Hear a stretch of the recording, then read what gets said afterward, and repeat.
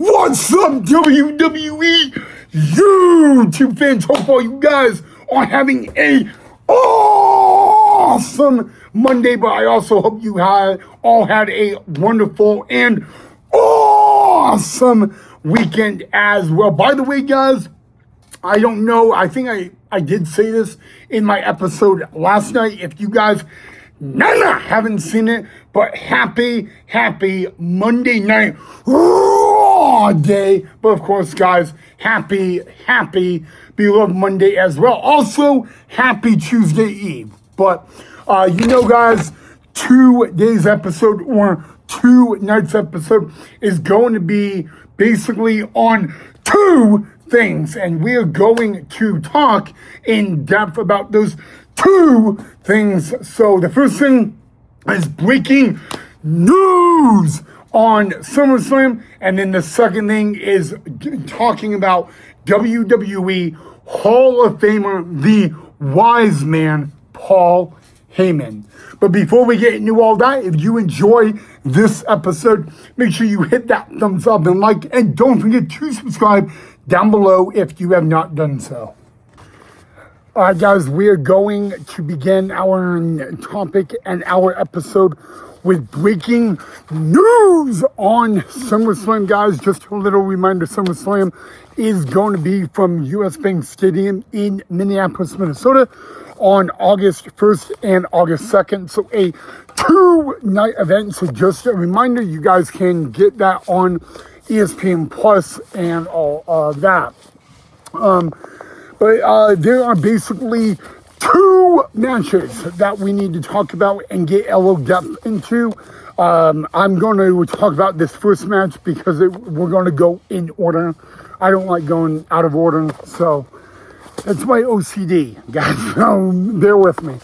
But first of all, guys, the King of the Ring, the ruler, Oba Femi. It will be what we all, I think, if you were in boxing or UFC, you would call this round number 3 between these two individuals. Oba Femi, you fresh off his King of the Ring win in Riyadh, Saudi Arabia at Night of Champions. He will step back into the ring with the man he defeated earlier this year at WrestleMania, the Beast incarnate, Brock Lesnar. But if it's going to be a third and final defensive time, there must be a stipulation added, and that is why it will be added. This was the challenge was issued by Oba Femi, but it was Brock Lesnar that upped the ante, guys. Instead of these two men or individuals going one-on-one, they are going to go one-on-one inside Hell in a Cell. Now, if you guys don't know the rules of a Hell in a Cell match, the rules aren't very simple. You do not win. You only win by two ways: pinfall or submission inside the ring. The structure of a Hell in a Cell is meant to keep competitors in and not out. But what's really interesting about this match is Brock Lesnar has only been in two Hell in a Cell matches, surprisingly, not surprisingly, against the same individual. But Brock Lesnar is undefeated. This is a guy that is 2-0 in Hell in a Cell matches. This is also a man who has not competed inside the Hell in a Cell structure since 2015. So it's, yeah, like 11 years, if my math is correct. But, and then you got Oba Femi, guys, who, again, is not even been on the main roster for even a year yet, not even a half of a year. And he is going to be competing in his first ever Hell in a Cell matchup, guys. And it is in Brock's hometown of Minneapolis, Minnesota, guys. So there is another accurate on it. But again, guys, we saw what happened earlier this year at WrestleMania, and we saw it was all Oba Femi. In that match, I believe the match was like under 5 minutes, and Oba Femi would win. And then, remember on that night, guys, Brock Lesnar would end up retiring. Well, at least we thought he was retiring. He would come back a few months later and get round number 2. So my whole talk about this, guys, is number one, I mean, you got to admit, Obafemi is not just stepping into what they call the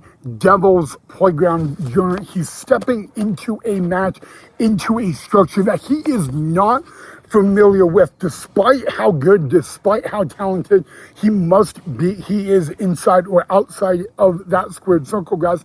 He has never in his career been in that match. Brock has only been in it 2 times, but despite the 2 times he's been in the match, he's also competed outside in UFC, guys. So Brock Lesnar, of course, would have technically the advantage in this matchup, guys. But when you look at this match, and again, guys, it's going to be 4 weeks from this Saturday that this match will take place, guys. I don't know. I mean, you know, I wouldn't count Obafemi out. Like I just said, guys, Oba's never been in a match like this, but I wouldn't count him out because you kind of know this. In my mind, when you face Brock Lesnar and you beat Brock Lesnar in your first time facing him, yet alone under 5 minutes, that automatically says something.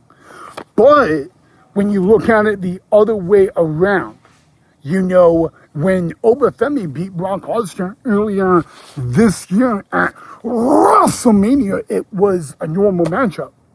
You know, it was not inside the Devil's Playground of Hell in a Cell, guys. And, I mean, this is also a match that shortens careers, ends careers, puts people, you know, on the aisle. I mean, there is a lot to think about when you are talking about this matchup, guys. And I got to admit, guys, I got to tip my hat to Obafemi. He did not back down. He did not hesitate. He wanted this match, guys. And Adam Pearce has made it official. So, ladies and gentlemen, 4 weeks from this Saturday, Minneapolis, Minnesota, at the U.S. Bank Stadium, the home of the NFL Minnesota Vikings, it will be, for the last time ever, round number 3, Brock Lesnar, the Beast, taking on the 2026 King of the Ring winner, the ruler, Obafemi, inside Hell in a Cell. I want to get your guys' predictions on that match. Again, we're about a little over 4 weeks out, but I also want to know your reaction to all of that, guys. And surprise, surprise, guys, you know, I don't know. It's tough, you know, right now it's tough for me to look at this. You know, you look at 2 individuals who are pure dominating. There's nothing, you know, whether you look at it in one way or another, these 2 individuals have a lot in common. But my biggest question is, when there's no experience on Obafemi, will that play a factor into the matchup? That's, you know, you kind of understand, guys, when you step inside that structure, you step in as one person, you leave as another. In other words, you're not the same after that matchup, guys. And so I got to be honest with you guys. Brock is, you know, with only 2 of his only, you know what I meant. He's been in 2 of these matches, yet alone out. He's fought in UFC as well, guys. And so that right there puts him in a big advantage. But for Obafemi not to be in this kind of matchup, and literally not hesitate, not think about it. All he said is yes, yes, yes, I want it. Does that, like, that's confidence right there. That's not a guy that is, in other words, you know, saying he's ready for something he's not. This is a guy that truly believes he will be able to do it, guys. I got to be honest, whether Brock Lesnar goes 3-0 in a Hell in a Cell match or Obafemi gives Brock Lesnar his first loss in the Devil's Playground, it's going to be a great matchup. It's going to be a great fight. But we will have to wait 4 weeks. Again, 4 weeks from this Saturday and Sunday. It will happen, guys. And so, again, let me know what you guys think of it. Let me know who you got, guys. I know we're like 4 weeks out, but if you guys have any predictions on this matchup, definitely let me know. I would love to hear them. But now we got to talk about another match that was made official earlier tonight in Atlantic City, New Jersey on Raw regarding SummerSlam. And this time we're going to be discussing a World Heavyweight Championship title matchup. All right, WWE YouTube Nation, we are now getting to our second breaking news match regarding SummerSlam, and it is between two former Shield brothers. Yes, two former brothers in arms, but now these two individuals have been long-time rivals, and it will be the Tribal Chief, the OTC, Roman Reigns, defending the World Heavyweight Championship against He is a Visionary. He is a revolutionary. He is a two-time Mr. Money in the Bank, and he is a former World Heavyweight Champion, Seth freaking Rollins. Now remember, ladies and gentlemen, Seth freaking Rollins was a World Heavyweight Champion until Braun Breaker broke all of that and made Seth forfeit the title. So technically,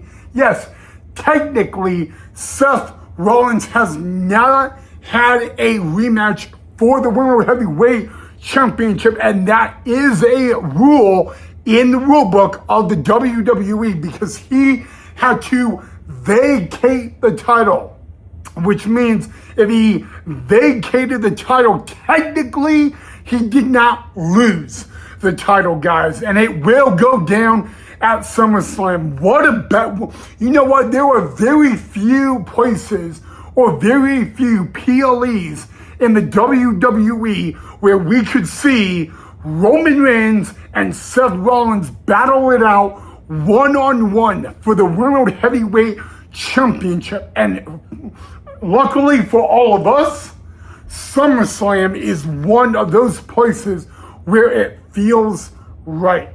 Yes, guys, it will go down about 4 weeks from this weekend. The OTC Roman Reigns will defend his World Heavyweight Championship against none other than Seth freaking Rollins. But what makes this match so good is these two men have known each other for a while. These two men have actually faced each other number of times. And you know what? At one point, they were brothers in arms of the Shield. Then Seth Rollins made the betrayal of a lifetime. And he ended up, succeeding. Because Seth Rollins, out of the three members of the Shield, Seth Rollins was the first man to win the WWE World Heavyweight Championship out of those three men of the Shield. He was also the first man to win the Money in the Bank, and he is a two-time Mr. Money in the Bank. The only other man that could be a two-time Mr. Money in the Bank, well, he is none other than CM Punk. But we're not talking about Mr. CM Punk. We are talking about Roman Reigns and Seth freaking Rollins. And I got to be honest with you, I am pumped up. I am excited. Roman Reigns has defended a title as the tribal chief against Seth Rollins before, guys, and that came back in 2023 on the road to WrestleMania at the Royal Rumble. And we all remember what happened on that night. Seth Rollins came to the ring with the Shield intro music and the Shield tactical vest. Unfortunately, he was unable to capture and dethrone Roman Reigns on that night. But if there was anybody that knows Roman Reigns as tribal chief or Roman Reigns in general better than anybody, it would be Seth freaking Rollins. And I am so pumped up because we all know that when Seth Rollins came back and all that, he had 2 missions. Mission 1 was take out the Vision. And then number 2 was to recapture the World Heavyweight Championship, guys. And it will go down at SummerSlam. So we have 2 huge matches getting ready for SummerSlam, guys. And OMG, it is going to be so far a SummerSlam that you cannot miss. You agree with me, right? Not miss. But now that we got that out of the way, who do you guys think are going to walk out of SummerSlam as World Heavyweight Champion? Do you guys got the OTC Roman Reigns? Or do you guys got Seth freaking Rollins? Let me know down below in the comment section. But guys, now we got that out of the way, it is now time for us to talk about WWE Hall of Famer, wise man, Paul Heyman. All right, guys, now we got to talk about Paul Heyman, the wise man, Paul Heyman. All right, guys, so earlier tonight on Monday Night Raw, Paul Heyman was standing side by side with Brock Lesnar. But it was the first time we have seen the wise man or advocate since getting accidentally speared through a barricade on Raw by the unpredictable badass Braun Breaker. And you know, when it comes to the Vision, we all know where Paul Heyman ranks in the Vision. But, you know, it was really interesting, the conversation between Paul Heyman and Austin Theory backstage earlier tonight on Raw. So let me break it down to you, okay? Austin Theory is like, wise man, you know, where have you been? We missed you. I didn't even know you were here. And it was kind of funny what Paul Heyman's response was. He's like, you did not know I was here? Well, he's like, now you know. And then he walks away. So either we have 2 things going on. Either A, you know, Paul Heyman has moved on from the Vision, or number 2, he is being truthfully honest with the Vision, but not Austin Theory. You know, but I mean, you know, a lot of the people in the WWE say, they all say one thing about the wise man, and they say you should never trust Paul Heyman. I think the only person that really can trust Paul Heyman is Brock Lesnar. But, well, only because look how long those 2 men have been side by side.